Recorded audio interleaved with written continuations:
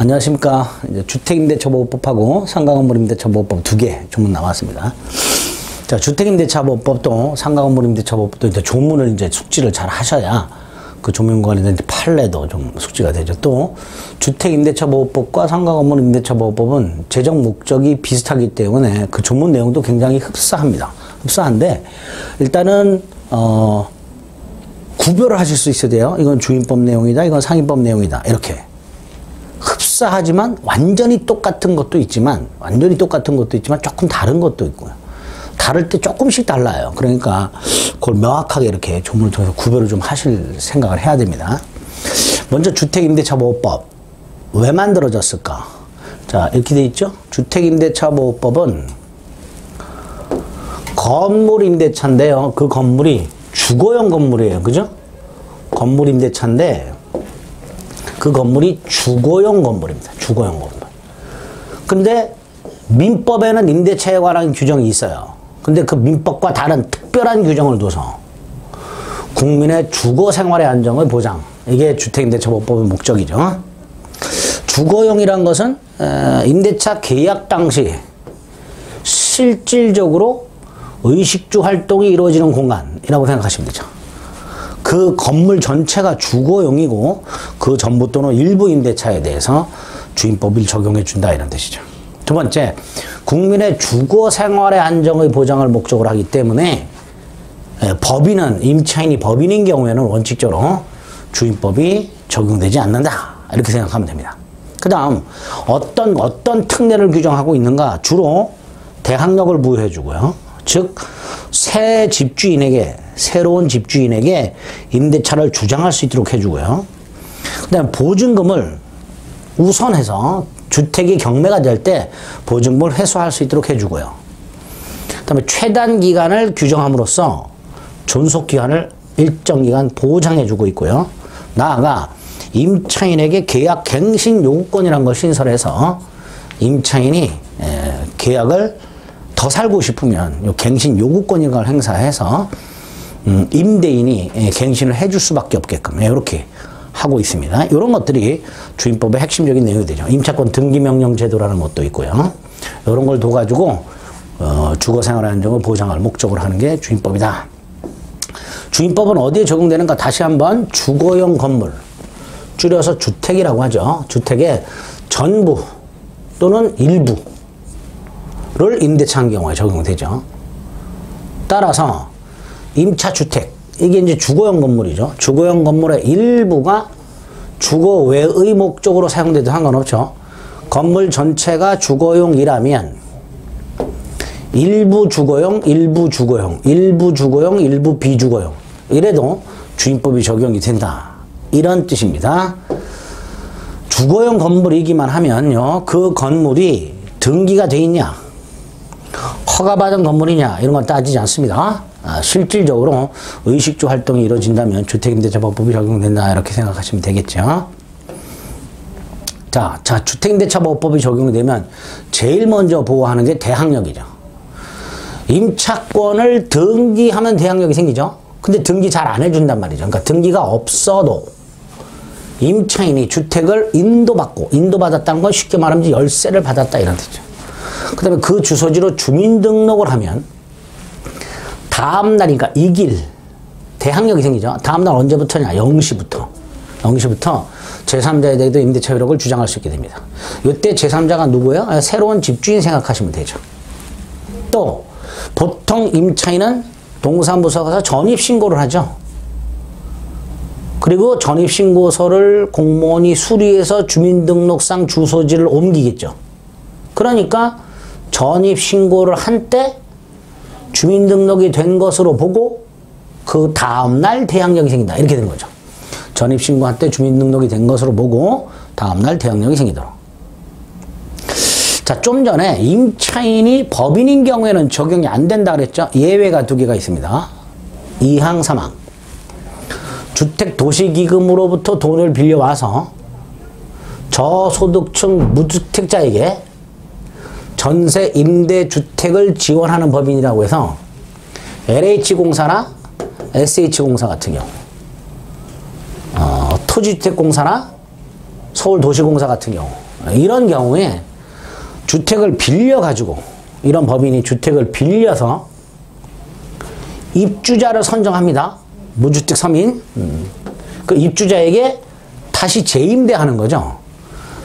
갑소유 주택을 LH 또는 SH공사가 임대하여 무주택 서민을 선정해서 재임대 사업을 하죠. 임대 재임대 사업. 이럴 때 그 무주택 서민이 주택을 인도받고 주민등록을 마치면 법인이 대항력을 갖게 됩니다. 법인이 대항력을 갖는다. 그 법인이 이제 LH공사, SH공사 이렇게 됩니다. 그 다음에 사망은 중소기업 기본법에 보면 제2조에서 요러한 경우가 중소기업이다라고 중소기업의 기준을 정해놨어요. 그 중소기업 기본법 2조에 따른 중소기업이 직원 주거용으로 주택을 빌린 다음 직원이 주택을 인도받고 주민등록을 하게 되면 그때는 그 중소기업이 대항력을 갖게 됩니다. 중소기업이. 물론 임대차가 끝나기 전에 직원이 회사를 그만둬서 그 주택에 나가고 새 직원이 오는 경우가 있죠. 그럼 그 새로운 직원이 주택을 인도받고 주민등록 마치면 다음날 또 다시 대항력이 생깁니다. 자, 여기서 대항력이란 주택의 신소유자에게 임차권을 주장하는 것에서 더 나아가서 아예 사항에서 뭐라고 돼 있어요? 주택을 산 사람은 임대인 지위를 아예 승계한 걸로 봅니다. 여기서 임대인 지위 승계에서 포인트가 뭐죠? 보증금 반환 의무. 그러니까 새로운 집주인이 보증금 반환 의무를 승계한 것으로 보게 됩니다. 여기 포인트죠. 어쨌든 이렇게 주택임대차법에서 적용 범위와 관련해서 또는 대항력과 관련해서 이런 식의 조문들을 두고 있더라라고 생각하시면 됩니다. 5항, 6항은 몰라도 됩니다. 자, 대항력이라는 게 뭐예요? 주택의 신소유자에게 임차권을 주장할 수 있는 힘, 이렇게 말하죠. 더 나아가서 아예 주택의 신소유자가 이렇게 임대인지를 승계한 것으로 이렇게 봐버리게 됩니다. 자, 그 다음에 아까 그 대항력 인정되는 법인이 있었죠. 한국토지택공사하고 지방공사, 대표적으로 LH공사, SH공사 이렇게 되겠죠. 중소기업 기본법도 쫙 말씀을 드렸고요. 쭉 다 말씀을 드린 겁니다. 이런 식으로 한번 읽어보시면 되겠습니다. 17, 18번은 안 읽으셔도 되겠습니다. 16, 17, 18. 담보책임과 관련된 거고요. 동시한변권 관련된 거죠. 그러니까 손해배상 의무와 주택 반환 의무는 동시한변권 이렇게 되죠. 매수인들이 즉시 입주하여 거주할 목적으로 주택을 매수하였는데 그 주택에 대항력 있는 임차인이 있더라. 그러면 이 임차인은 즉시 입주를 못하죠. 그러니까 매매계약을 해지하고 손해배상을 청구하고 뭐 이렇게 되겠죠. 네. 자, 3조 2 보증금 회수. 원래 임차인이 임대인에게 보증금을 줬는데 만약에 보증금을 안 돌려준다. 나중에. 그러면 임차인은 보증금을 돌려받기 위해서 주택을 경매해야 되는데 이때 임차권은 담보물권이 아니기 때문에 바로 임의경매를 못 넣습니다. 강제경매를 넣어야 돼요. 강제경매를 넣기 위해서는 보증금 반환 청구 소송을 제기합니다. 임대인을 상대로. 승소 확정 판결을 받아요. 요거를 집행권원이라고 합니다. 집행권원이 뭐냐? 경매를 정당화시키는 원인을 생각합니다. 경매를 신청할 때 그 경매 신청이 정당하다라는 걸 확인하는 서류라고 생각하시면 돼요. 그 확인 서류가 바로 승소 확정 판결문입니다. 임대인은 언제까지 보증금을 반환하라 이렇게 판결이 나와요. 그 판결문을 가지고 그걸 집행권원으로 해서 경매를 신청하게 됩니다. 그런데 민사집행법 41조에서는 동시이행 관계에 있는 자가 경매를 신청하려면 경매 신청을 집행개시라고 하는데요. 자신의 반대 의무를 제공해야 돼요. 임대인이 보증금을 반환하는 것과 임차인이 주택을 반환하는 게 동시행 관계인데 이런 동시행 관계에 있는 어느 한쪽이 경매를 넣으려면 즉 집행을 개시하려면 자신의 반대 의무를 이행 제공함으로써 상대방의 의무를 지체 상태로 만들어야 돼요. 그래야만 강제경매, 즉 집행을 개시할 수 있습니다. 민사집행법 41조가 그렇게 되어 있어요. 그런데 주택 임차인의 경우에는 그 민사집행법 41조 규정에도 불구하고 집을 비우지 않고도 경매를 신청할 수 있도록 해놨습니다. 그게 이렇게 되어 있죠. 반대 의무 이행. 이게 뭐죠? 반대 의무 이행 또는 이행 제고? 이게 뭐죠? 집을 비우는 거죠. 집을 비우는 것은, 명도하는 것은 강제 경매 신청의 요건이 아니다. 다시 말해서 집을 비우지 않고도 경매를 신청할 수 있도록 이렇게 해놨습니다. 꼭 기억하셔야 될 조문입니다. 아주 중요합니다.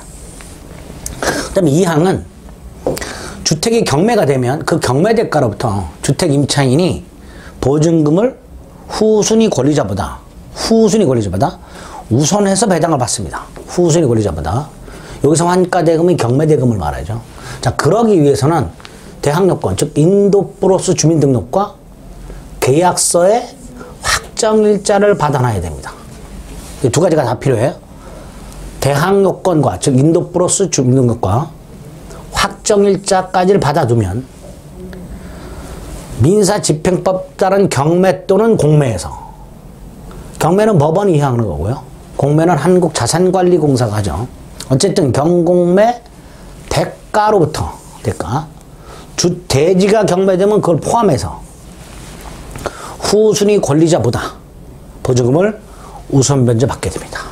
자, 이때 법원으로부터 보증금을 받으려면, 법원으로부터 보증금을 수령하려면 주택을 양수한 사람, 경락인을 말하겠죠. 경락인에게 주택을 인도해야 되죠. 물론 이게 먼저 인도하라는 의미는 아닙니다. 먼저 인도하라는 게 아니고 인도 증명을 하래. 그래서 보통 공증서류로 보증금을 법원으로부터 수령하게 되면 경락인에게 주택을 인도하겠다라는 공증을 서서 그걸 제출함으로써 보증금을 수령하게 됩니다. 어쨌든 조문은 주택을 경락인에게 인도하지 않으면 법원으로부터 보증금을 수령 못한다 이렇게 돼 있고, 다만 경락인에게 먼저 인도하라는 의미는 아니라는 거, 요거 이 사망에서 생각해 주시면 되겠습니다. 그런 내용들이 나와 있고요. 4항, 6항은 생략입니다. 그런 내용들이 나와 있습니다. 자, 7항은 뭐냐? 임차인이 중간에 돈이 필요해서 임대인에게 지급했던 보증금 있죠. 그 반환 채권이 있어요. 그거를 팔 수가 있어요. 그런데 그 보증금 반환 채권을 산 사람이 금융기관인 경우, 금융기관이라면, 이 금융기관은 일반인은 안 되지만 금융기관이라면 그 양수한 보증금 액수에 해당되는 만큼 우선 변제권도 금융기관에 승계하도록. 그러니까 이 상황에서 주택이 경매가 되면 금융기관도 후순위 권리자보다 보증금을 우선 변제 받을 수 있도록. 이때 그 우선 변제권을 승계한 금융기관이 다음 각호에 해당하는 경우에는 우선 변제권을 행사할 수 없다 이렇게 돼요. 자, 각호에 해당하는 경우에는 우선 변제권을 행사할 수 없다고 돼 있는데, 쉽게 생각하면 기존의 임차인이 대항력권을 상실했어요. 대항력권을 상실했으니까 기존의 임차인은 우선 변제권 상실하죠. 또 인도 및 주민등록을 하지 않고 임차권 등기를 해놨었어요. 임차인이. 그 등기가 말소가 됐어요. 그럼 당연히 이때도 대항력이 상실되니까 대항력권을 기준으로 한 우선 변제권도 상실하겠죠. 이렇게 되고 7항 정도 꼭 기억하시고요. 임대차 등기도 말소됐다. 그 다음에 이 금융기관은 임차인을 대신해서 계약을 해지할 수는 없죠. 제가 금융기관의 보증금을 받기 위해서 임대차 계약을 해지하는 거, 그럼 안 되죠. 임차인이 지금 살고 있는데 금융기관의 보증금을 회수하려고 기존 계약을 해지할 수는 없겠죠. 그래서 우선 변제권만 승계하게 되고요. 임차인을 대신해서 계약을 해지하지는 못합니다. 이렇게 생각하시면 됩니다. 어쨌든 금융기관이 보증금을 양수할 수 있고 양수한 범위 내에서 우선 변제권도 행사할 수 있지만 임차인을 대신해서 계약을 해지할 수는 없다 생각하시면 되겠습니다.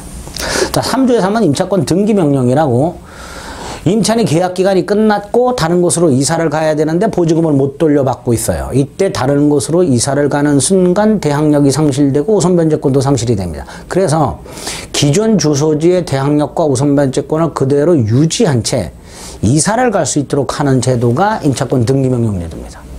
임대차가 끝났는데도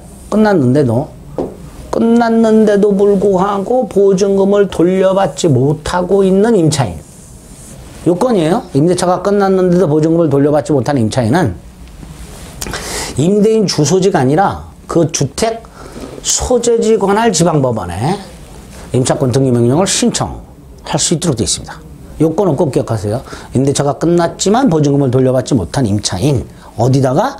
주택 소재지 관할 지방법원. 임대인 주소지 관할이 아닙니다. 이렇게 임차권 등기명령을 신청할 수 있게 됩니다. 그 임차권 등기명령을 신청할 때는 이런 사실을 자세하게 밝혀라. 그게 소명이죠. 이런 사실을 자세하게 밝혀라. 한번 눈으로 확인하면 됩니다. 자, 법원이 만약에 기각을 하면요, 상급법원에 항고할 수 있도록 해놨고요. 당연하죠. 법원이 기각하면 윗법원으로 가야죠. 그걸 항고라고 합니다.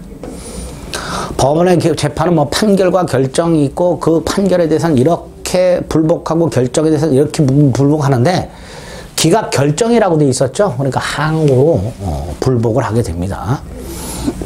자, 만약에 법원이 받아들여줘요.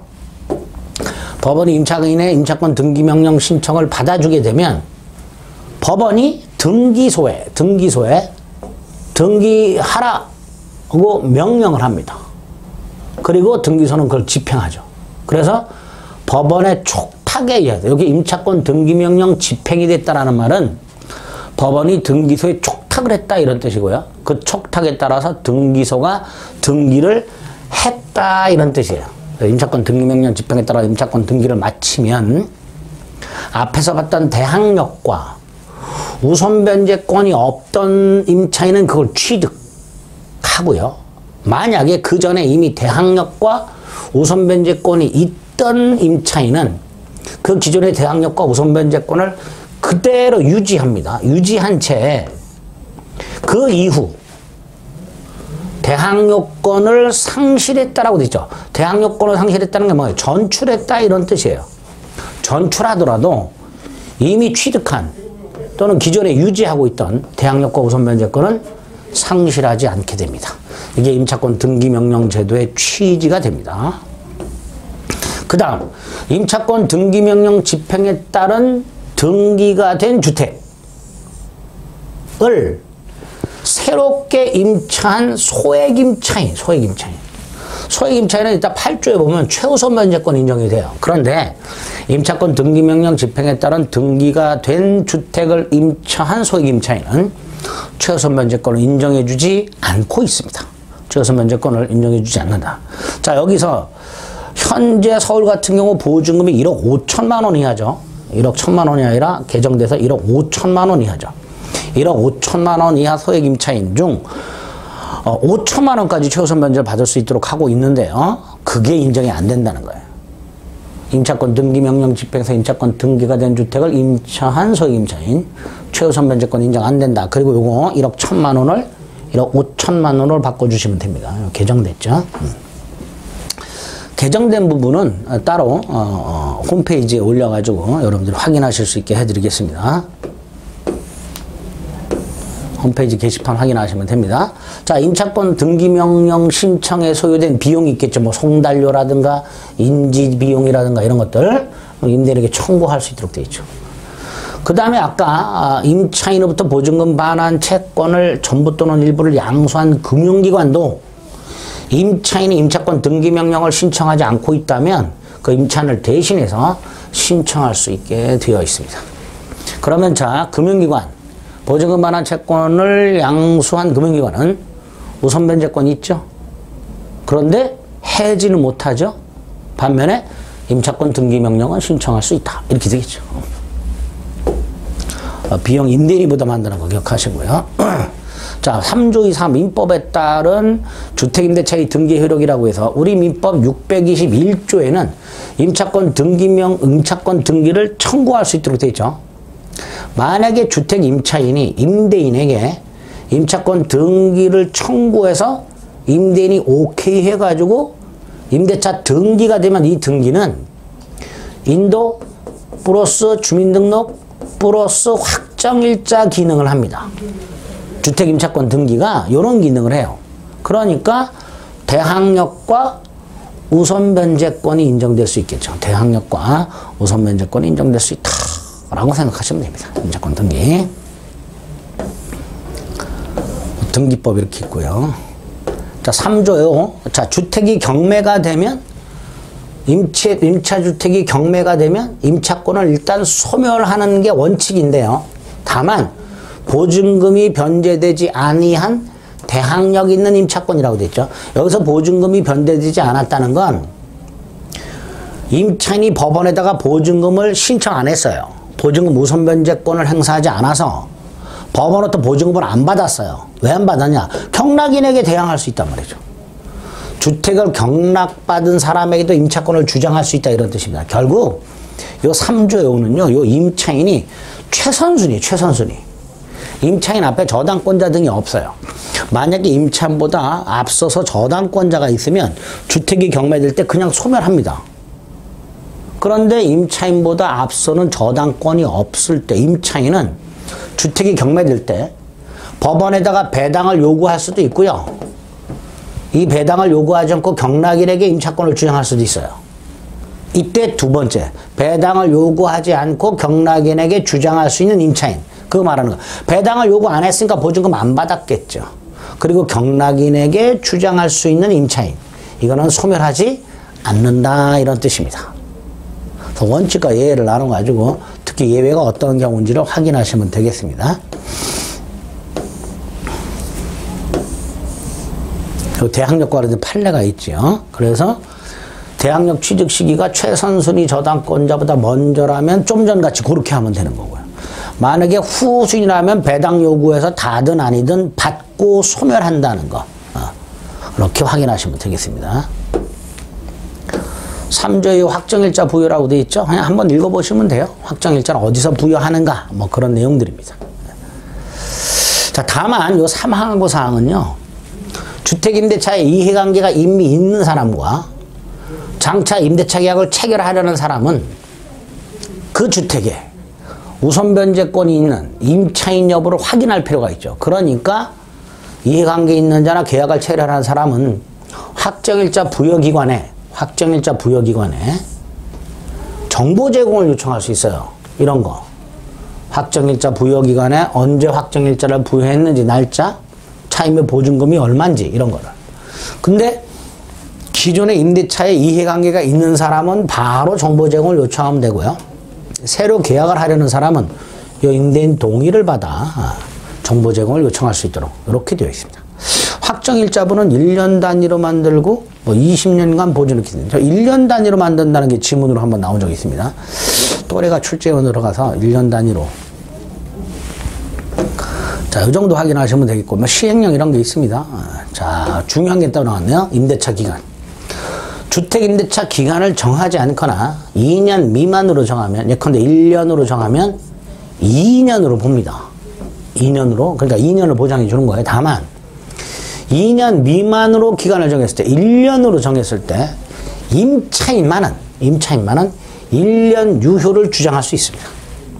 결국 1년으로 정했을 때 기간은 2년으로 보되 임차인은 1년을 주장할 수도 있고 2년을 주장할 수 있다. 이런 뜻이죠. 또 기간이 끝났다 하더라도 보증금을 돌려받지 못하고 있으면 돌려받을 때까지 임대차는 존속하는 것으로. 임대차가 끝나고 보증금을 못 돌려받고 있는 게 아니라 돌려받을 때까지는 임대차는 계속 되는 것으로 그렇게 간주하는 규정도 두고 있습니다. 존속보장이라고 생각하시면 되죠.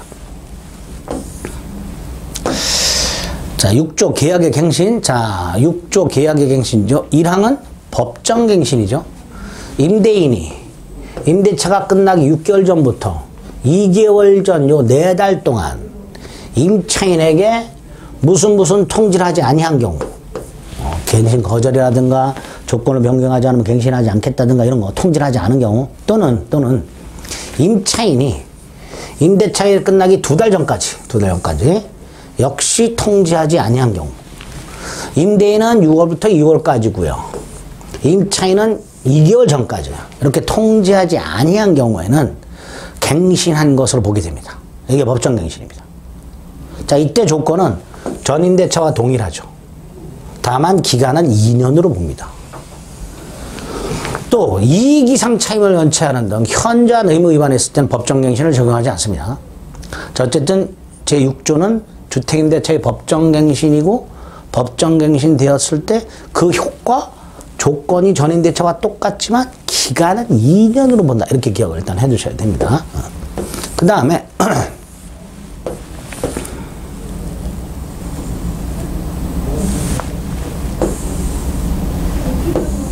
이렇게 이제 해석을 보시면 돼요. 해석을 이렇게 해놓은 거예요. 그 다음에 6조 2. 좀 전에 기간은 2년으로 본다 그랬죠. 이 칸은 2년으로 보는데요. 2년으로 보는데 2년으로 보는데도 불구하고 임차인만은 누구만은? 임차인만은 계약을 언제든지 해지할 수 있고 임차인만. 기간은 2년으로 못해. 임차인만은 언제든지 계약을 해지할 수 있고 임대는 안 되고요. 그 다음에 임대인이 그 통지를 받았죠. 받은 날부터 3개월이 지나야 계약이 해지가 되도록 이렇게 하고 있습니다. 이게 법정갱신의 효과 이렇게 되겠죠. 자, 6조에서 하면 계약갱신 요구권이 있습니다. 상가 건물 임대차에도 있고요. 주택 임대차에도 있습니다. 원래 상가 건물 임대차에 있던 걸 주택 임대차에도 다시 신설을 했죠. 자, 계약갱신 요건이 뭐냐? 6조의 3. 임대인은 임차인이 제6조이랑 전단의 기간 이내라고 되어 있죠. 제6조의 1항 전단이 오죠. 기간이 끝나기 6개월 전부터 2개월 전 요 사이에 임차인이 갱신을 요구했을 때 임대인은 정당한 사유 없이는 거절 못한다 이렇게 되죠. 그 다음에 요 정당한 사유, 거절할 수 있는 임차인의 갱신 요구를 거절할 수 있는 정당한 사유를 9개를 만들어 놨어요. 9개. 상임법에는 8개, 주임법은 9개 이렇게 되죠. 내용은 상임법하고 똑같아요. 거의 똑같은데 몇 가지 이제 다른 부분이 있죠. 첫째, 1호. 주택임대차는 2기 연체하면 거절할 수 있고요. 상임법은 3기 연체하면 거절할 수 있습니다. 2호. 허위 신분 등으로 임대차 계약을 한 경우, 즉 거짓이나 부정한 방법으로 임대차 한 경우. 3호. 서로 합의입니다. 합의해서 보상을 제공한 경우. 합의해서. 4호. 임차인이 무단양도 무단전대한 경우. 5호. 임차인이 주택 전부 또는 일부를 고의 또는 중대한 과실, 그냥 과실 아닙니다. 중대한 과실로 파손한 경우. 주택의 전부 또는 일부가 멸실돼서 주거 기능이 상실된 경우. 임대차 목적을 달성하지 못한다는 건 주거 기능이 상실된 경우죠. 또 7호. 7호에는 이제 강목이라고 되어 있는데 강목은 이제 7호 밑에 호 밑에 있는 게 목이에요. 가목, 나목, 다목 이렇게 가나 다 이렇게 표시합니다. 그 어느 하나에 해당하는 사유가 생겼고 그걸 이유로 주택의 전부 또는 대부분을 철거할 필요가 있거나 또는 재건축을 할 필요가 있는 경우. 그럴 때도 거절할 수 있다. 그 세 가지가 뭐냐? 여기죠. 가나다. 계약 체결 당시 재건축 계획을, 철거 또는 재건축 계획을 구체적으로, 계략적이 아닙니다. 구체적으로 알려주고 그 계획에 따르는 경우. 건물이 노후 등으로 안전사고 우려가 있는 경우. 타법령에 의한 철거 또는 재건축이 이루어지는 경우. 이런 경우, 요 세 가지 중에 어느 하나에 해당될 때에만 7호를 근거로 거절할 수 있습니다. 자, 8호. 이제 상임법에는 없는 거죠. 8호. 임대인, 직계 존속, 직계 비속을 포함해서 임대인이 목적주택에 실제 이제 거주하려는 경우. 이때도 거절할 수 있다. 마지막으로 임차인의 의무를 현저히 위반하거나 임대차를 계속하기 어려운 중대한 사유가 있는 경우, 뭐 이런 경우, 예를 들어서 뭐 임대인 동의 없이 함부로 인테리어 공사를 해버리거나 원상복구가 힘들어지게 하거나 뭐 이런 경우가 의무를 현저히 위반했다 이렇게 생각하시면 됩니다. 어쨌든 이런 9가지 사유 중에 하나가 있으면 계약갱신 요구를 거절할 수 있습니다. 그게 아니라면 거절 못하고 이 9가지 중에 어느 하나가 없다. 그럼 거절 못하는 거고, 거절 못하면 갱신되죠? 자, 이때 계약갱신 요건 1회만 행사하세요. 1회. 그리고 이렇게 갱신 요구서 갱신되면 기간은 2년이 됩니다. 기간 2년 됩니다. 상가 건물은요, 횟수를 제한하지 않고요. 전체 임대차 기한이 10년을 초과하지 말라. 이렇게 전체 기간을 제한하고 있어요. 갱신 요구권에 의한 기간을. 반면에 주택임대차는 횟수를 제한하고 있다는 거. 어쨌든 주택임대차에서 주택임차인의 계약갱신 요구권에서 갱신됐을 때 그 기간은 2년으로 본다라는 거. 또 기간은 2년으로 봅니다. 또 하나. 조건은 전임대차와 똑같은데 다만 차임하고 보증금은 7조의 범위라고 되는데 7조의 범위가 20분의 1입니다. 20분의 1의 범위에서 증액 또는 감액 5%죠.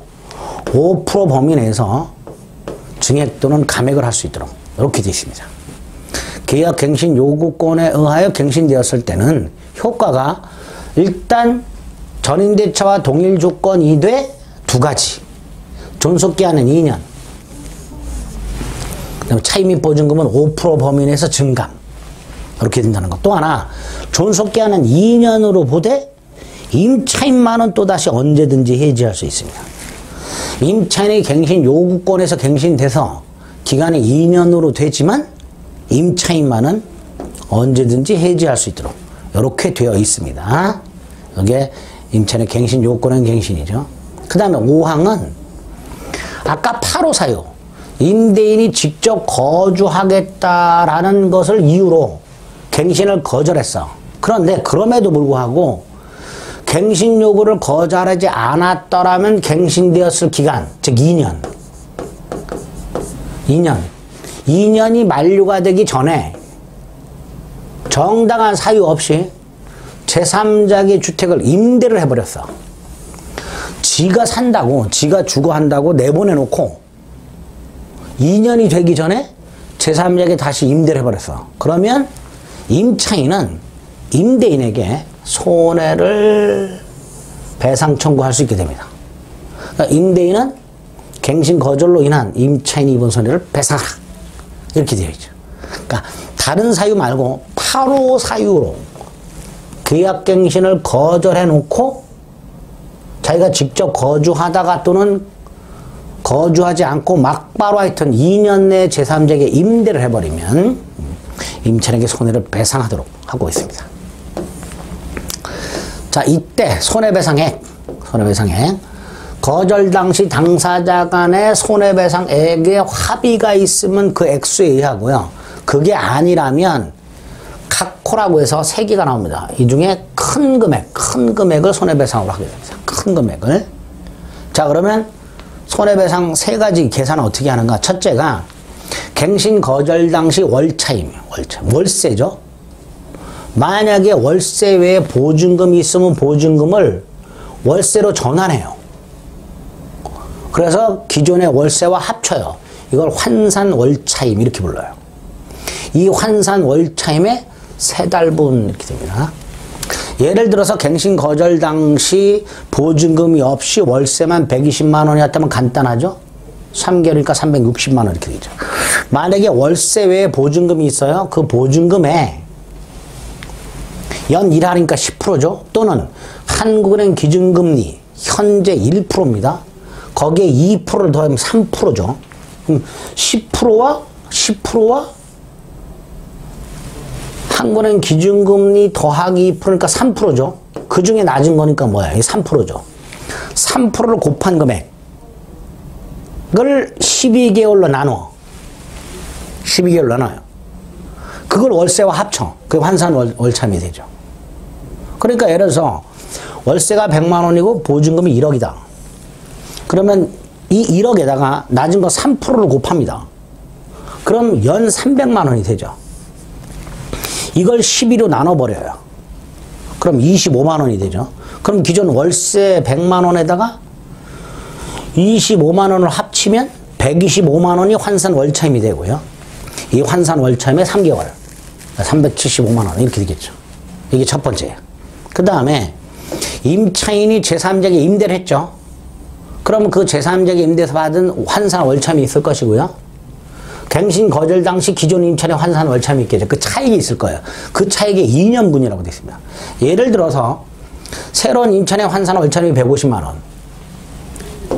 기존 임차인의 환산 월차임이 125만 원. 그럼 차익이 얼마예요? 25만 원이죠. 25만 원에 2년분이니까 24개월로 곱해야 되죠. 그럼 600만 원 이렇게 되죠. 이게 더 크죠? 이게 더 커요. 이게 두 번째고요. 세 번째가 갱신거주원에서 인해서 임차인이 입은 손해라고 되어 있는데 보통 뭐 중개 수수료라든가 이사비 정도 이런 거 합치고. 이건 계산하기가 좀 어려워요. 그리고 이 3호는 임차인이 증명해야 되죠. 이러이러한 손해가 생겼다. 어쨌든 그런 걸 계산해서 큰 금액. 그게 손해배상액이 됩니다.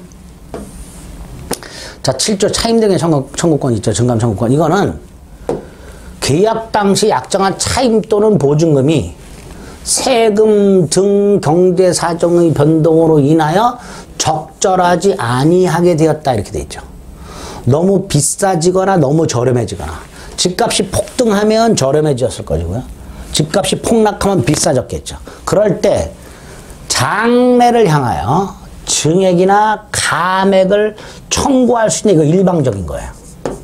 상대방의 동의나 승낙을 받을 필요가 없습니다. 다만 증액은 일방적 증액은 제한이 있습니다. 어떻게? 1년 내는 일방적 증액 청구하지 못한다. 또 1년이 지나서 증액 청구하더라도 5% 이상 증액 청구 못한다. 5%. 일방적 증액은 제한을 하고 있다. 이렇게 돼 있습니다. 뭐 이건 읽어보시면 되고요. 자, 월 차임 전환 시 산정률 제한이라고 되어 있습니다. 보증금의 전부 또는 일부를 월세로 바꿀 수 있습니다. 월 단위 차임이나 월세를 말하는 거죠. 그럴 때 그 전환되는 금액에 다음 각 호중 낮은 비율을 곱한 월 차임 범위를 초과 못한다. 그 비율이 뭐냐? 대통령령으로 정하는 비율, 이게 연 1할입니다. 현재. 근데 한국은행 기준금리 1% 더하기 2%, 지금 3% 이렇게 되겠죠. 그러니까 월세로 바꾸고자 하는 보증금에다가 낮은 게 3%잖아요. 3%로 곱해. 그걸 12로 나눠. 이게 한도가 되는 거예요. 보증금을 월세로 바꿀 때 한도가 이렇게 됩니다. 뭐 계산해 보시면 되겠죠. 이런 것들은. 3억을 바꾼다. 3억을 보증금 3억을 월세로 바꾼다. 그러면 3억 곱하기 3%면은 얼마예요? 900만 원이죠. 연 900만 원을 12로 나눠요. 그럼 75만 원이 한도가 되는 거죠. 75만 원을 초과 못한다. 이렇게 되겠죠. 자, 8조는요. 아까 잠깐 말씀드렸죠. 보증금이 일정액 이하 소액 임차인이라고 그래요. 그 소액 임차인은 그 보증금 중 일부를 최우선 변제받습니다. 누구보다도 먼저 배당을 받아요. 그게 최우선 변제. 8조 임차인은 보증금 중 일정액을 다른 담보물권자보다 우선해서 변제를 받을 권리가 있고, 이거는 최우선 변제받기 때문에 권리의 선호를 따지지 않아요. 그래서 임차인은 주택에 대한 경매가 신청됐다라는 사실, 그 주택의 경매가 신청됐다라는 사실이 등기부에 등기가 되기 전까지만 대항 요건을 갖추면 최우선 변제권 인정이 됩니다. 그 최우선 변제 받는 임차인, 그 보증금 기준과 일정액의 범위와 기준, 이거는 주택임대차위원회라고 법무부에 설치한 위원회가 있어요. 심의를 거쳐서 대통령령으로 정하도록 하고 있습니다. 그 기준이 이제 또 바뀌었죠. 기준이 바뀌었습니다. 기준을 보겠습니다. 주택임대차보호법 시행령. 자, 최우선 변제 받는 보증금 중 일정액이 먼저 나왔죠. 서울 5천만 원까지, 수도권 4,300만 원까지, 광역시 2,300만 원까지, 그 밖에 지역 2천만 원까지를 최우선 변제 받아요. 누가? 2항. 2항이 아니고 쭉 내려가면 기준이 있습니다. 여기 있죠. 서울은 보증금이 얼마 이하? 1억 5천만 원 이하. 그러니까 1억 5천만 원 중에서 아까 5천만 원까지 받는 거죠. 1억 3천만 원 이하, 7천만 원 이하, 6천만 원 이하의 임차인만. 그 중에서 5천, 4,300, 1억 5천까지 임차인 중에서 5천, 4,300, 2,300, 2천 이렇게 받는 거예요. 또 그 보증금 중 일정액, 예를 들어서 수도권이 이제 4,300만 원까지 우선 변제를 받는데 주택이 만약에 8천만 원에 낙찰이 됐어. 8천만 원 낙찰이 되면 8천만 원 중에서 뭐 이것 떼고 저것 떼고 4,300만 원까지 주면 후순위 권리자들 받아갈 게 이만큼밖에 안 될 거예요. 그러니까 최우선 변제받는 일정액이 주택가액의 2분의 1을 초과하게 되면 그 2분의 1까지만 서울이 보증금이 6천만 원이에요. 그럼 5천만 원을 최우선 변제 받습니다. 근데 주택이 경매가 됐는데 9천만 원이 경매가 됐어요. 2분의 1은 얼마예요? 4,500이죠? 그러니까 5천만 원을 다 못 받고 4,500까지만. 그 다음에 하나의 주택에 임차인이 2명 이상 있어요. 근데 얘네들이 소액 임차인이에요. 보증금 중 일정액을 모두 합해버렸더니 역시 주택가액의 2분의 1을 초과해버려요. 소액 임차인이 2명 있어요. 얘네들이 최우선 변제 받는 게 예를 들어서 서울이 5천만 원이야. 그거 합치면 1억이죠. 근데 주택이 뭐 예를 들어서 1억 5천에 낙찰됐어. 그럼 1억 5천 중에 얘네 둘이 1억을 다 받아가면 안 되니까 1억 5천의 절반 7,500의 한도에서 둘이 나눠 갖게 됩니다. 이렇게 보증금 중 일정액을 모두 합한 금액이 주택가액의 2분의 1을 초과하는 경우에는 그 각 보증금 중 일정을 모두 합한 금액에 대한 각 임차인의 비율, 좀 전에 각각 5천이니까 1대1이죠. 1대1의 비율로 7,500을 나눠서 준다 이런 뜻이에요. 그렇게 후순위 권리자들을 보호하는 그런 내용도 있고요. 그 다음에 사항은 하나의 주택에 소액 임차인이 둘이 있는데 2명 이상인데 이들이 가정공동생활을 한다. 같이 살고 있는 거예요. 자, 이건 뭐냐 하면 소액 임차인이 되기 위해서 보증금을 쪼갠 거예요. 서울에서 하나의 주택에 보증금이 8천만 원 임차인 A가 1명, 8천만 원 임차인 B가 1명. 둘 다 소액 임차인이잖아요. 그런데 한 방에서 살아. 그 말은 갑과 을이 가족인데 보증금을 쪼갠 거예요. 그러니까 이 둘의 보증금을 합쳐버려. 그럼 최우선 변제가 인정되지 않는다 이런 뜻이겠죠. 그죠? 이런 식으로 하나의 주택 임차인이 2명 이상일 때 가정공동생활을 하고 있다면 이들을 한 명의 임차인을 보고요. 보증금을 합산해서 소액 임차인인 여부를 판단하게 됩니다. 됐죠? 얘도 마찬가지 두 번째 거. 5천만 원 임차인 A가 1명, 5천만 원 임차인 B가 1명이죠. 얘네들이 각각 다른 임차인이라면 얘도 5천만 원 최우선 변제 받고 얘도 5천만 원 최우선 변제 받아요. 근데 한 방에서 살고 있네? 그럼 쪼갠 거죠. 합쳐요. 1억이죠. 1억이니까 둘이 합쳐서 5천만 원까지만 최우선 변제 받게 됩니다. 이렇게 최우선 변제권을 제한하는 이런 규정이 있을 수 있다. 그 다음에 시행령은 아까 외웠죠? 얼마 이하, 얼마까지. 주택임대차위원회 좀 전에 봤던 최우선 변제 받을 임차인과 그 보증금의 범위, 기준 심의하기 위해서 법무부에 두게 됩니다. 위원장은 법무부 차관이 되죠. 주택임차권의 승계, 이거 임차권의 승계는 임차인이 상속인이 없이 사망을 합니다. 그러면 상속인이 없이 사망을 했을 때 그 사망한 임차인과 함께 살고 있던 사실혼 배우자가 있을 수 있어요. 이 사실혼 배우자는 상속권이 없단 말이죠. 그러니까 임차권을 승계할 수 있도록 하는 규정. 이게 1항. 상속인이 없이 사망을 했을 때 플러스 사실혼 배우자가 있으면 이 사실혼 배우자가 단독 승계하고요. 두 번째, 임차인이 사망을 했는데 그 사망할 때 상속인이 있어. 있는데 따로 살아.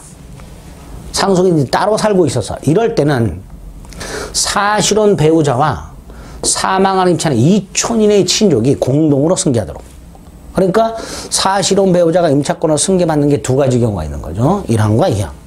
3항. 원하지 않으면 임차인 사망 후 한 달 내에 임대인에게 반대 의사를 표시하면 임차권을 승계하지 않을 수도 있게 됩니다. 보증금 다 까먹고 밀린 월세까지 있으면 승계 안 하는 게 더 나을 수도 있죠. 이렇게 1, 2, 3항 임차권 승계와 관련된 규정이 주임법에 있다. 상임법에는 없습니다. 요 임차권 승계와 관련된 게 가정공동생활한 상가건물은 있을 수가 없잖아요. 그죠? 상가건물에서 가정공동생활 못 하잖아요. 그러니까 주택임대차에만 주택임차권 승계와 관련된 내용이 있습니다.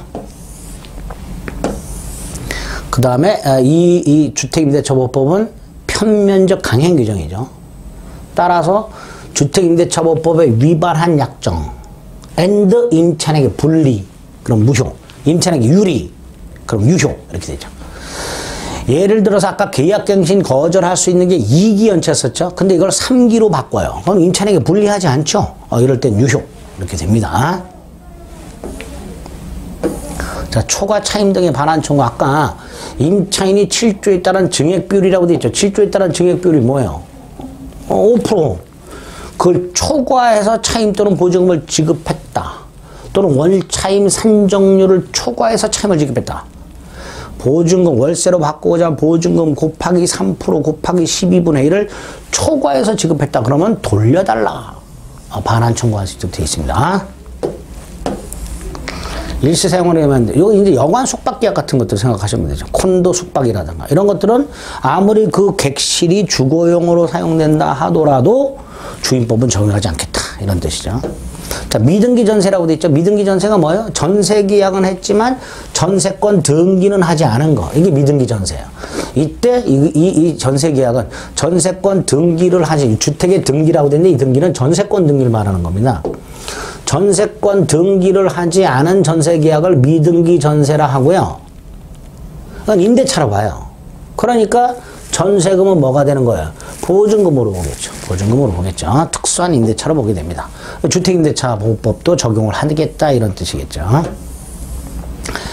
자, 아까 임차인이 임대인이 보증금을 반환하지 않으면 보증금 반환 청구 소송을 제기해서 승소 판결을 받아가지고 강제 경매한다 그랬죠. 이때 이 소송에 보증금 액수와 상관없이 절차의 신속을 위해서 소액사건 심판법 규정을 준용하고 있습니다. 소액사건 심판법 규정을 적용하게 되면 이게 절차가 좀 신속하게 이루어지게 됩니다. 그 다음에 이제 주택임대차 분쟁조정위원회라고 14조부터 31조까지 있는데 별 신경 안 써도 되는 조문들입니다. 주택임대차와 관련된 분쟁을 심의 조정할 목적으로 대한법률구조공단, 한국토지주택공사 LH공사, 한국감정원 여기에다가 주택임대차 분쟁조정위원회를 두고 있습니다. 한국감정원은요, 한국부동산원으로 바뀌었죠. 한국부동산원. 어쨌든 여기에다가 주택임대차와 관련된 분쟁에 대해서 신청을 해서 조정을 할 수 있도록 해놨습니다. 그 조정사항이 있죠. 차임 또는 보증금 증감 분쟁, 임대차 기간 분쟁, 보증금 또는 주택 반환 분쟁, 주택 유지 수선 분쟁, 그 다음에 대통령령으로 만든 거, 계약의 이행 및 해석, 갱신 및 종료, 계약 불행에 따른 손해배상, 공인중개사 보수, 표준계약서 사용 관해 분쟁 등등 이렇게 되죠. 그죠? 그 다음에 뭐 이렇게 예상 문제가 이렇게 나올 수 있는데 한번 풀어보시면 됩니다. 나오긴 좀 어려운데 어찌됐든 하여튼 분쟁조정위원회가 있다라는 거. 자, 조정위원장은 신청인으로부터 조정 신청을 접수한 때 지체 없이 조정 절차를 개시하도록 되어 있고요. 그 조정은 60일 내에 조정 절차를 마치도록 하고 있습니다. 다만 조정위원회 결의를 거쳐서 30일번에서 연장할 수 있도록 되어 있죠. 그 다음 조정위원회가 조정이 성립하면 조정안을 작성을 할 것이고요. 그 지체 없이 각 당 사직에 통지하도록 하고 있죠. 통지받은 날부터 14일 내에 수락의 의사를 밝혀야 되는데요. 14일 내에 통지받은 날부터 14일 내에 수락의 의사를 서면으로 표시하지 않으면 서면 14일 서면 표시 거부한 걸로 본다. 이렇게 되겠죠. 그런 날짜들 간단히 확인하시면 되겠고요. 30조 주택임대차 계약을 서류로 체결할 때는 법무부 장관이 국토교통부 장관과 협의하여 정한 주택임대차 표준계약서를 우선 사용한다라고 되어 있어요. 그래서 마치 반드시 이걸 우선해서 사용해야 되는 것처럼 보이지만 뒤에는 이렇게 됐어요. 당사자가 우리 그거 안 써. 다른 서류를 쓸 거야. 그럴 땐 또 그러하지 아니하다. 이렇게. 그래서 강제성이 없다라는 거. 뭐 이렇게 생각하시면 되겠습니다. 표준계약서라는 게 있다. 그 다음에 나머지는 벌칙 규정이고 부칙 규정들입니다. 뭐 이런 것들은 안 보셔도 됩니다. 여기까지가 주택임대차보호법의 내용이다라고 생각하시면 돼요. 상가건물 임대차보호법은 주택임대차보호법하고 구조가 대단히 유사합니다. 그래서 다른 부분만 주목하시면 되는데요. 일단 첫 번째가 주택임대차보호법은 보증금이 얼마냐와 상관없이 주거용 건물의 전부 또는 일부 임대차에 적용되지만 상가건물 임대차는 일단 보증금이 일정액 이하의 상가건물 임대차에 적용이 된다라는 거. 일단 이게 큰 차이가 있어요. 적용 범위에서. 주임법은 보증금의 액수를 따지지 않고 주거용 건물의 전부 또는 일부 임대차에 적용되지만 상가건물 임대차는 보증금이 일정액 이하의 경우에만 적용이 된다라는 거. 자, 목적은 뭐라고 되어 있습니까? 상가건물 임대차에 관하여 이때 상가건물은 이제 영업용 상가건물, 영업용 상가건물의 임대차에 관해서 민법의 특례를 규정해서 국민의 주거생활이 아니라 경제생활의 안정을 보장을 목적으로 하게 됩니다. 그래서 국민의 경제생활의 안정을 보장하기 때문에 그 국민에는 법인도 기본적으로 포함이 되는 거예요. 법인도. 주임법은 원칙적으로 법인은 제외된다 그랬죠. 어쨌든 이게 상위법 제정 목적. 자, 적용 범위. 이 법은 상가건물. 뭐라고 돼 있어요? 상가건물이 사업자 등록 대상이 돼야 되고요. 사업자 등록이 가능해야 되고요. 그 다음에 그 건물의 주된 부분이 영업용으로 사용된다. 이게 상가 건물이에요. 이 상가 건물의 임대차에 적용을 합니다. 다만 상가 건물 임대차 위원회의 심의를 거쳐 대통령령으로 정하고 있는 보증금액이 초과하는 임대차, 여긴 적용 안 한다는 거죠. 그 기준 금액을 초과하는 임대차에는 적용을 안 하는 거죠. 두 번째, 보증금뿐만 아니고 월세가 있는 경우, 그때는 보증금 외에 월세가 있는 경우에는 그 차임액에 월세가 있겠죠. 월세에다가 대통령령으로 정하는 비율을 곱하여 환산한 금액, 요 대통령령으로 정하는 비율이 100%입니다. 1분의 100. 그러니까 월세에다가 보증금 더하기 월세 곱하기 100. 요게 환산보증금이고요. 요 환산보증금이 일정액을 초과해버리면 주임법은 적용하지 않는다 이런 뜻이에요. 다만 이렇게 초과하는 임대차라 하더라도 대항력이라든가 뭐 갱신 요구권이라든가 그 다음에 뭐 표준계약서라든가 권리금 회수라든가 이런 것들은 또 적용을 해요. 예외적으로. 그래서 대항력, 갱신요구, 2기간에 3기연체 시해지, 그 다음에 권리금 회수, 그 다음에 표준계약서, 이런 것들은 대항력, 갱신요구권,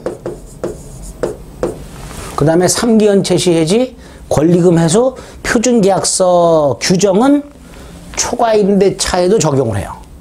다만 여기서 조심하실 거 10조 3항 본문만 적용된다. 10조 3항 단서는요. 비율 얘기하는 거예요. 보증금 및 차임의 증감 비율. 그거는 적용을 안 합니다. 이건 따로 이제 규정이 있습니다. 어쨌든 보증금이 일정액 이하의 임대차의 경우에만 적용된다라는 거. 그 기준 금액이 나와 있죠. 서울의 경우 보증금이 얼마 이하? 9억. 수도권 6억 9천. 광역시 5억 4천. 그 밖의 지역 3억 7천. 그래서 암기하시면 돼요. 서수, 광그, 969, 5437 이렇게 외우시면 됩니다. 그 다음에 보증금 외에 차임이 있다면 그 차임에다가 100을 곱해가지고 보증금과 합산한다 그랬죠.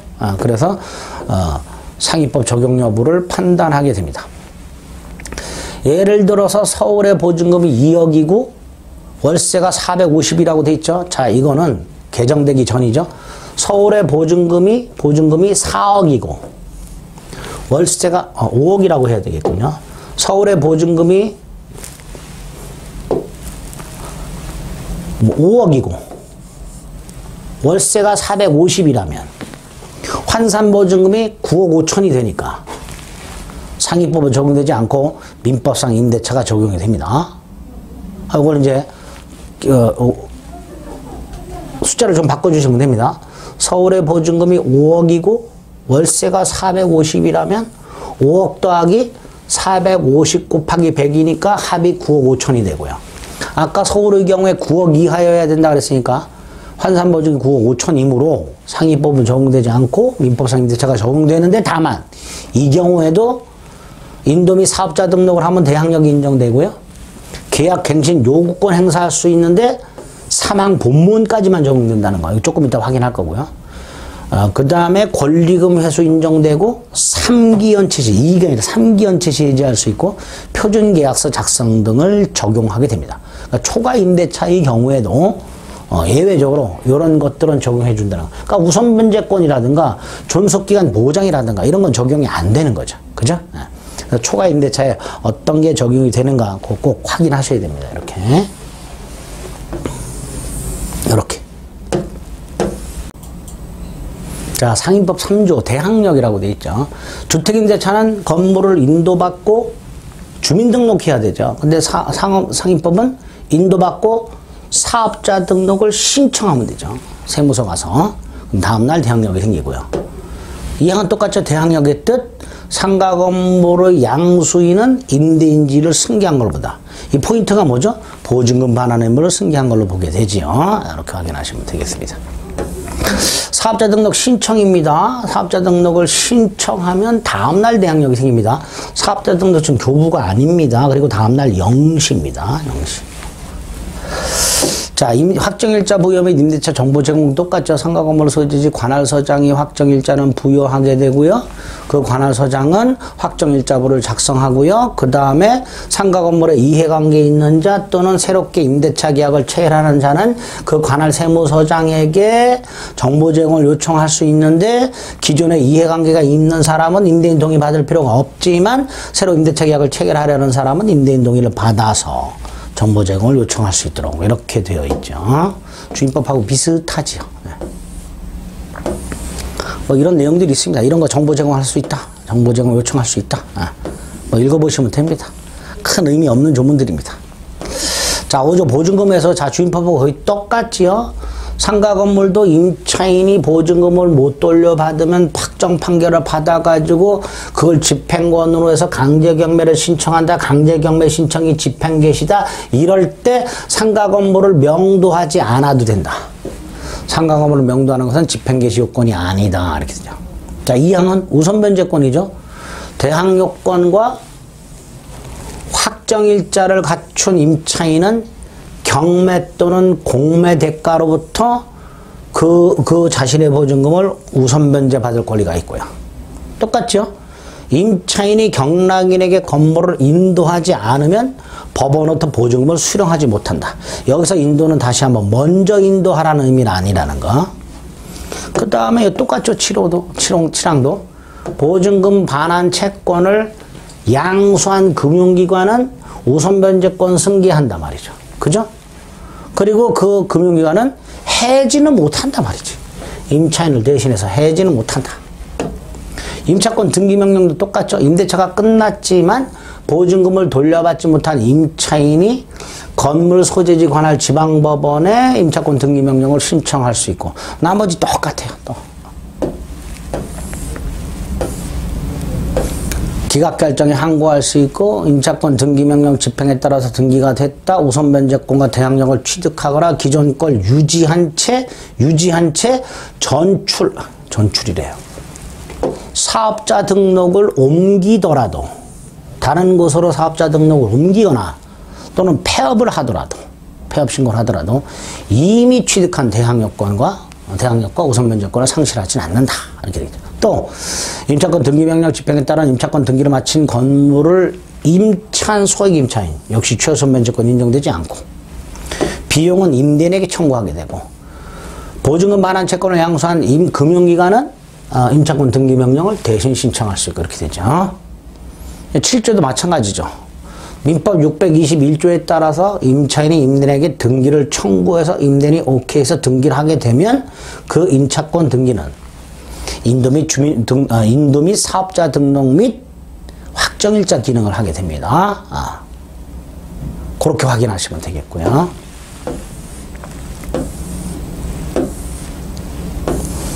경매가 됐을 때 임차권을 소멸하는 게 원칙이지만 다시 한번 최우선하는 대항력이 있는 임차인이 법원의 보증금을 우선 변제를 신청하지 않아서 못 받은 상태 보증금이 전액 변제되지 않고 경락인에게 임차권을 주장하려는 임차인 생각하시면 된다 그랬어요. 그건 소멸하지 않겠죠.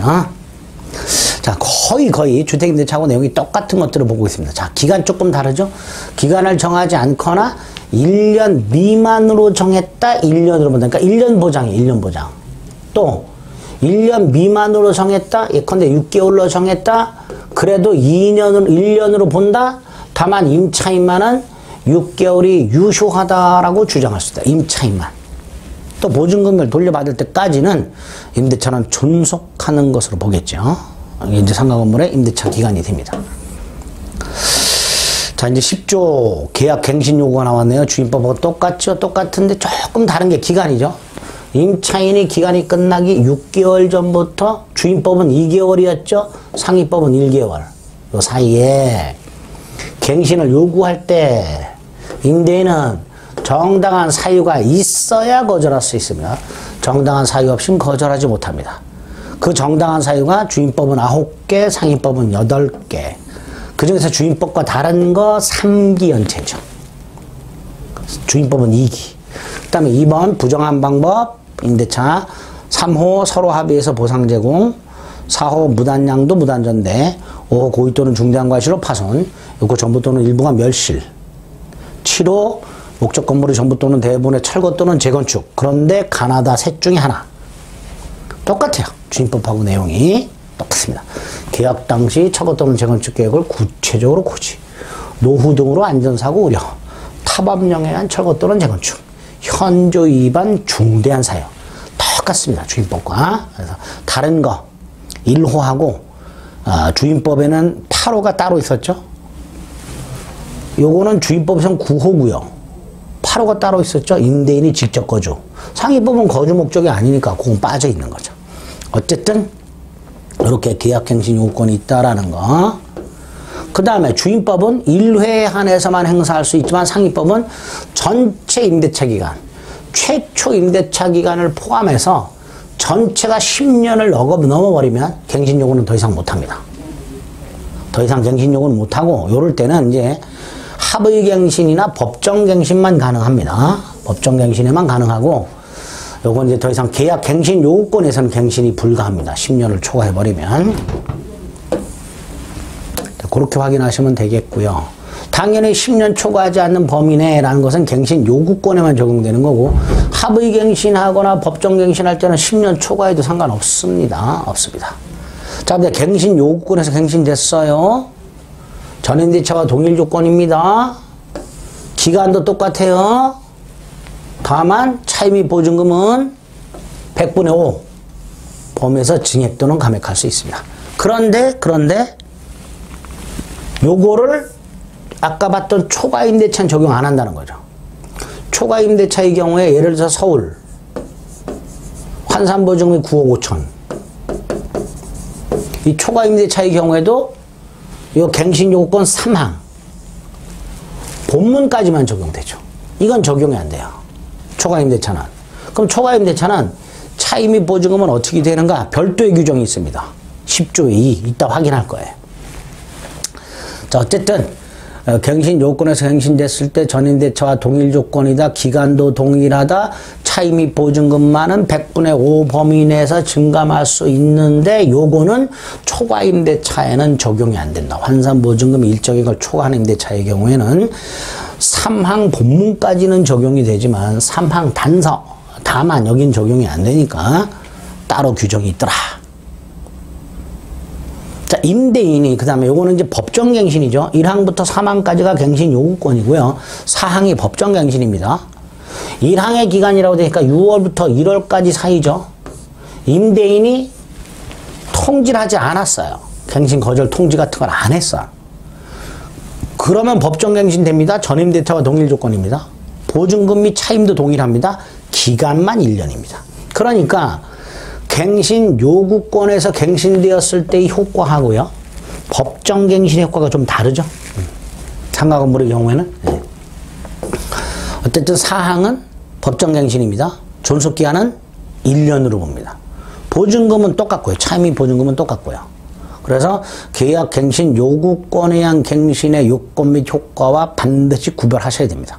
구별하셔야 됩니다.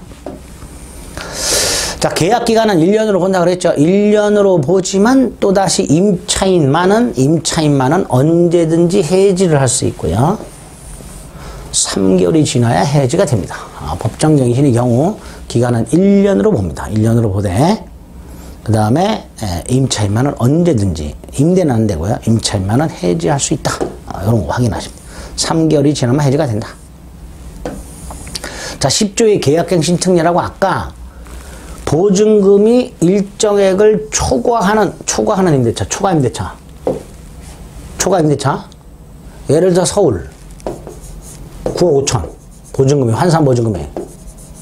자, 이런 보증금이 2조이랑 단서에 따른 보증금이 그걸 초과하는 임대차를 갱신할 때 차임이 보증금은 이런 것들을 고려해서 그 증감을 청구할 수 있도록 이렇게 되어 있습니다. 100분의 5 이런 제한이 없다라는 거. 저런 걸 고려해서 차임이 보증금의 증감을 따로 청구할 수 있도록 하고 있습니다. 환산보증금이 일정액을 초과하는 임대차의 임차인도 갱신 요구권이 인정이 됩니다. 다만 그 차임이 보증금에 대해서는 100분의 5 범위 내에서 증감이 적용이 안 되고 따로 그 증감을 청구할 수 있도록 하고 있습니다. 자, 10조의 3 권리금이라고 되어 있네요. 권리금이 뭐냐? 임대차 목적물인 상가 건물에서 영업을 하는 자, 기존에 하고 있는 자 또는 영업을 하려는 자가 영업시설 등등등등, 영업시설, 비품, 거래처, 신용, 영업상의 노하우, 상가 건물의 위치에 따른 영업상의 이점 등등 유무형의 재산적 가치를 양도하거나 또는 그 재산적 가치를 이용하는 대가로서,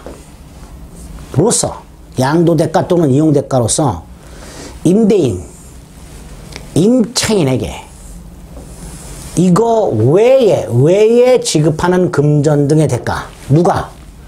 영업을 하는 자 또는 하려는 자가 누구에게? 임대인 또는 임차인에게 보증금과 차임위에 지급하는 금전 등의 대가. 이게 권리금의 뜻이고요.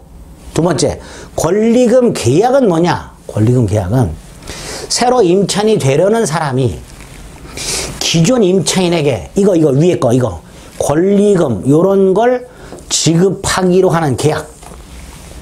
권리금은 이런 걸 말하는데 그 중에 권리금 계약은 요것만을 말하는 거예요. 새로 임차인이 되려는 자가 기존 임차인에게 권리금을 지급하기로 하는 계약. 이게 권리금 계약이 됩니다. 권리금의 뜻과 권리금 계약의 뜻이 조금 다르죠. 그 다음에 10조에서 권리금 회수기의 보장이라고 해서 임대인은 임차인이 어디 갔죠? 임차인이 권리금 지급받는 것을 방해해서는 안 된다 이렇게 되죠. 이게 큰 틀이죠. 임대인은 임차인이 권리금을 지급받는 것을 방해하지 말아라. 자, 기간 제한이 있습니다. 임대차가 끝나기 6개월 전부터 임대차 종료 시까지, 즉 6달 동안. 그 다음에 다음 각호의 어느 하나에 해당하는 행위. 이게 방해 행위예요. 이거 하지 말라는 거예요. 이 해당 행위를 함으로써 그 행위 자체가 방해하는 행위란 말이죠. 그러니까 그걸 하지 말아라 이거죠. 다만 10조 1항에 각호라고 돼 있죠. 이게 뭐였죠? 계약갱신 요구에 대한 거절 사유가 있을 때는 그러하지 아니하다 해서 권리금 회수 기회가 보장되지 않습니다. 그러니까 권리금 회수를 보호하고 있는데, 보장하고 있는데, 다만 3기 연체와 같은 계약갱신 거절 사유가 있을 때는 권리금 회수가 보장되지 않는다라는 거죠. 자, 그 다음에 임대인이 하는 방해가 뭔지 보겠습니다. 임차인이 소개한 새로 임차인이 되려는 자에게 임대인이 권리금을 요구해요. 임대인이 권리금을 받아버려요. 그럼 임차인한테는 안 줄 거 아닙니까? 또 임차인이 소개한 신규 임차인이 되려는 자에게 임차인한테 권리금 주지 마라 이렇게 하거나, 임차인이 주선한 새로운 임차인이 되려는 자에게 기존의 차이 및 보증금에 비추어 현저히 고액의 차임과 보증금을 요구함으로써 신규 임차인에 대한 자가 계약체결을 꺼리게 되는 경우, 계약체결을 꺼리면 권리금 안 줄 거 아닙니까? 또 그 밖에 이거 보세요. 정당한 사유 없이 신규 임차인이 되는 자와의 계약 체결을 거절하는 경우. 자, 여기서 반대로 정당한 사유가 있다면 계약 체결을 거절하더라도 방해가 아니겠죠. 자, 이 항을 보면 다음 각호의 어느 하나에 해당하는 경우에는 밑에 있는 거 1항 4호 정당한 사유가 있는 걸로 본다. 그럼 결국 2항의 1, 2, 3, 4 어느 하나에 해당이 되면 2항 1, 2, 3, 4 어느 하나에 해당이 되면 이 네 가지 중에 어느 하나에 해당이 되면 신규 임차인이 되려는 자와 계약 체결을 거절하더라도 방해가 아니게 되는 거죠. 그러니까 이게 4호 계약 체결 거절할 때 정당한 사유가 되는 거죠. 그러니까 요 1호부터 4호에 해당이 돼서 계약 체결을 거절한다면 정당한 거니까 방해가 아니다 이렇게 되겠죠. 임차인이 소개한 새로 임차인이 되려는 자가 개털, 보증금 또는 차임을 지급할 자력, 재산이 없어. 2호, 임차인의 의무를 위반할 우려가 있어. 또는 임대차 유지하기 어려운 상당한 사유가 있어. 참 1호하고 2호는 좀 애매하죠. 그죠? 임차인이 재산이 있는지 없는지 알 수가 없을 것이고 임차인의 의무를 위반할 우려가 있다는 게 도대체 뭐냐 말이죠. 애매합니다. 자, 근데 3호. 그 상가 건물이 1년 6개월 동안 문을 닫고 있었어. 영리 목적으로 사용을 안 하고 있었어. 4호. 임차인이 소개한 신규 임차인이 되려는 자가 아니라 임대인이 이렇게 임차인을 선택해서 임대인이 선택한 신규 임차인이 기존 임차인과 권리금 계약을 체결하고 그 권리금을 지급을 했어.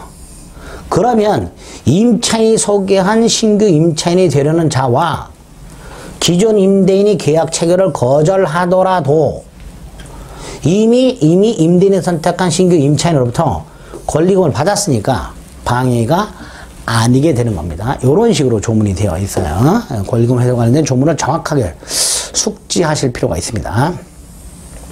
3항, 임대인이 만약에 1항을 위반해서 즉 6월부터 임대차 끝나기 6월부터 임대차가 끝날 때까지 임차인이 권리금을 지급받으려고 했는데 그걸 방해함으로써 손해를 입혔다면 당연히 손해를 배상해야 되는데 그 손해배상액은 새로운 임차인이 기존 임차인에게 지급하기로 한 권리금과 임대차 종료 당시 권리금이라고 둘 중에 낮은 금액을 초과 못하도록 하고 있습니다. 자, 여기서 임대차 종료 당시 권리금이란 국토교통부 장관이 고시한 감정평가 절차와 방법에 관한 기준이 있어요. 거기에 가면 권리금에 대한 것도 있어요. 권리금 감정평가 절차 방법에 관한 기준이 있어. 그 기준에서 계산된 권리금.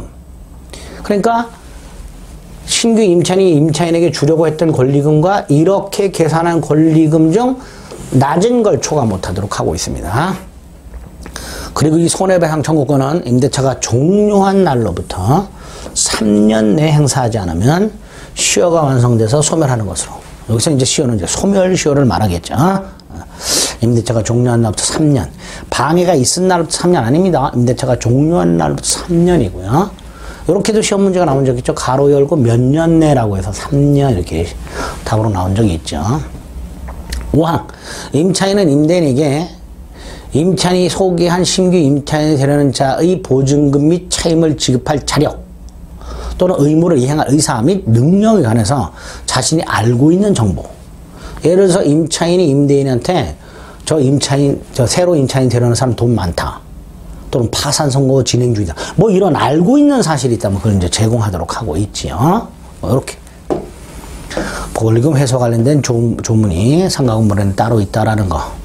권리금 적용 제외라고 해서 우리 뭐 대형마트 같은 경우 있죠. 거기에 입점한 사람들 뭐 이런 경우에 권리금은 적용하지 않는다 이렇게 되겠죠. 근데 요 유통산업발전법 2조에 따른 대규모 점포 또는 준대규모 점포의 일부의 경우에는 권리금 적용 안 한다고 돼 있잖아요. 그죠? 그런데 그 중에서 또다시 전통시장 및 상점과 육성을 위한 특별법에 따른 전통시장은 여기서 또 빼버려요. 그러니까 요거는 또 권리금 회수할 수 있다 이런 뜻이죠. 전통시장의 일부인 경우에는 권리금 회수 기회가 보장이 될 수 있다. 그 다음에 국유재산은 임대차한 경우 이때도 권리금 안 된다라는 거죠. 국유재산. 권리금 적용 제외. 표준권리금 계약서. 자, 국토교통부 장관. 권리금과 관련된 건 이제 국토교통부 장관이 주관부서입니다. 법무부 장관과 협의를 거쳐서 권리금 계약 체결을 위한 표준 권리금 계약서를 정해서 그 사용을 권장할 수 있도록 하고 있습니다. 또 국토교통부 장관은 권리금에 관한 감정평가의 절차와 방법 등에 관한 기준을 고시하게 되고요. 민법상 임대차나 주택임대차는 2기 연체 시 해지할 수 있지만 상가 건물은 3기 연체 시, 상가 건물 임대차 보호법이 적용되면 3기 연체 시 해지할 수 있다는 거. 그 다음에 이제 10조의 9는요, 계약 갱신 요구 등에 관한 임시 특례라고 해서 아까요, 3기 연체 시 갱신 요구 거절할 수 있다고 그랬잖아요. 그런데 코로나가 지금 굉장히 오랜 기간 지속되고 있죠. 그래서 수입이 급감함으로써 차임을 제때 지급 못하고 있는 자영업자들이 있을 수 있단 말이죠. 이런 사람들을 고려해서 신설한 규정이 있다. 10조의 9. 임차인이 이법 시행일로부터 일정 기간, 이법 시행이 언제냐 하면 2020년 9월 29일이에요. 이법 시행일인 2020년 9월 29일부터 6개월까지 기간, 2020년 9월 29일부터 2020년 3월 28일이죠. 이거 지금 다시 이제 뭐 개정을 좀 해야 되겠죠. 코로나는 지속되고 있으니까. 요렇게 한 이유는 코로나가 빨리 잡힐 거라고 이제 계산하고, 계산한 건데, 어디 보자. 이법 시행일 2020년 9월 29일부터 6개월이니까 2020년 9월 20일부터 2021년 3월 28일이죠. 이것도 또 오타네. 멍청이 또 기간도 계산 못했네.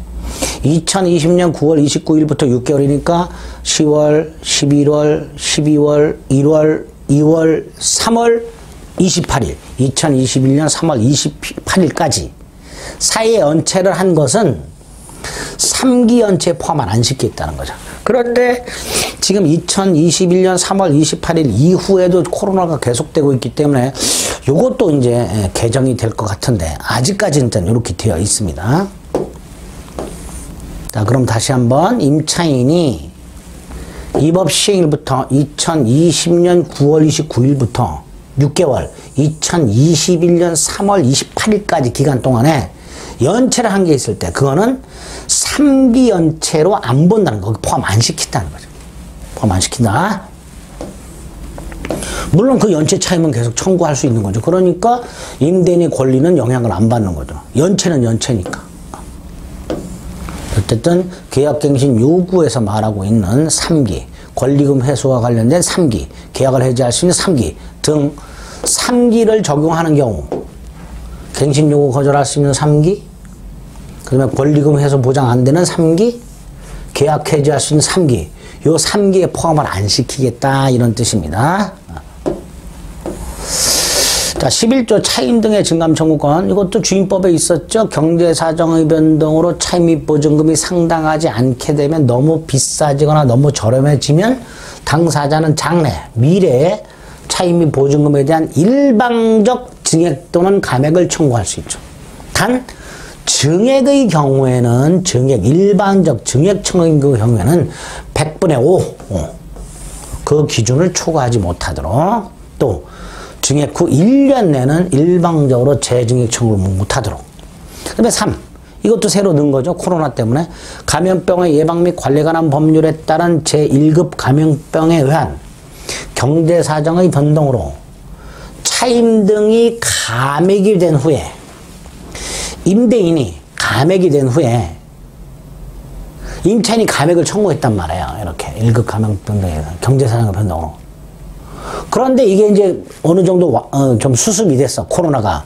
그럼 임대인이 제1항에 따라서 증액을 청구하겠죠. 다시 금액을 청구할 때는 증액된 차임 등이 감액 전 차임 등의 금액에 달할 때까지는 같은 항 단서 요거 100분의 5 요거를 적용하지 않는 거죠.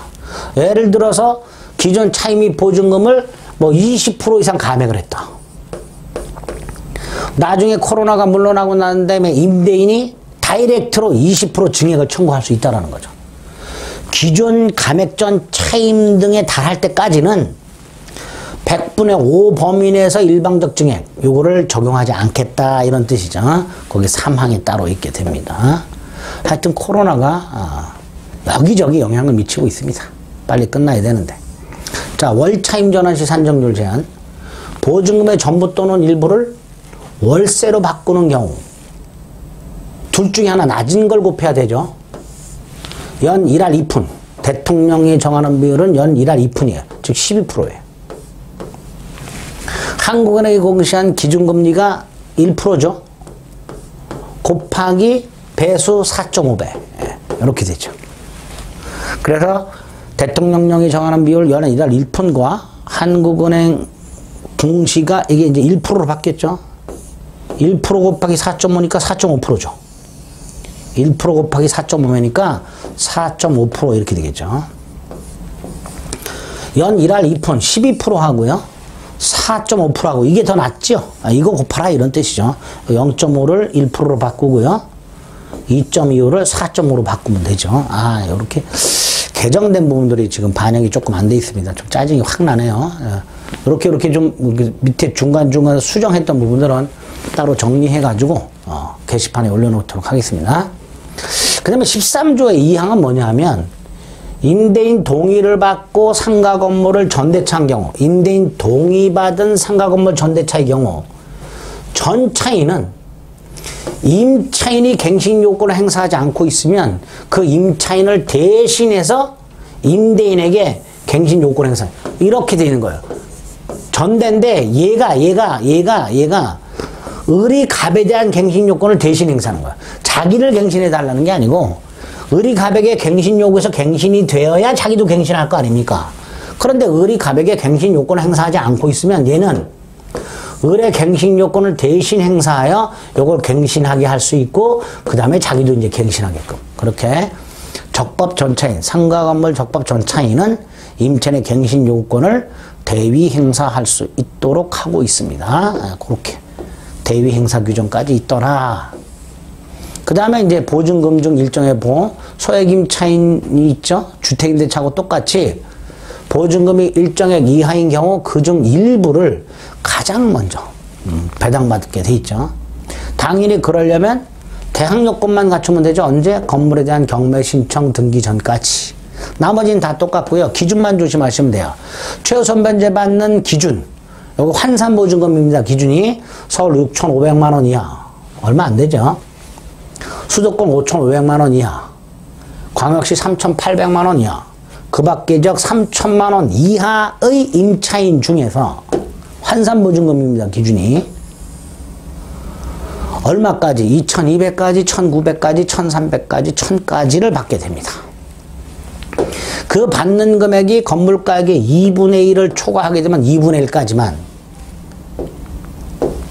또 상가 건물 임차인이 2명 이상이고 얘네들이 받을 금액을 최우선 변제 받는 걸 합쳤더니 그게 또 건물가액의 2분의 1 초과하면 나눠서 2분의 1 한도를 나눠서 우선 변제해 주게 됩니다.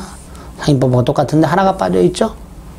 상가 건물에는 이 2인 이상이 가족 공동 생활하는 건 빠져 있죠? 상가 건물에서 가족 공동 생활을 안 하니까 2인 이상이 가족 공동 생활할 때 보증금 합산 그건 없죠. 상가 건물 임대차 위원회 아까 봤던 소액 임차인의 범위 기준을 심의할 목적으로 법무부의 상가 건물 임대차 위원회가 있죠. 아까 주택 임대차 위원회하고 똑같죠? 위원장은 법무부 차관 이게 되죠. 상인법 규정도 편면적 강행 규정이기 때문에 상인법 위반한 약정으로 임차인에게 불리한 건 무효가 되고요. 일시상 임대차는 당연히 적용이 안 되고요. 전세권 등기하지 않은 전세계약에도 적용이 되고요. 보증금 반환 청구 소송의 소액사건 심판법 규정을 적용하고 있고요. 표준계약서도 있네요. 표준계약서 법무부 장관은 국토교통부 장관과 협의를 거쳐 상가건물인데 표준계약서를 정하여 그 사용을 권장할 수 있도록 하고 있습니다. 이 정도가 이제 상가건물임대차법법이에요. 그래서 주택임대차법하고 내용이 대단히 비슷한데 다른 부분 조금 다르게 되어 있는 거. 그것들만 여러분들 주목해서 상가건물임대차는 보시면 되겠습니다. 그래서 주임법, 상임법까지 조문을 다 살펴봤습니다.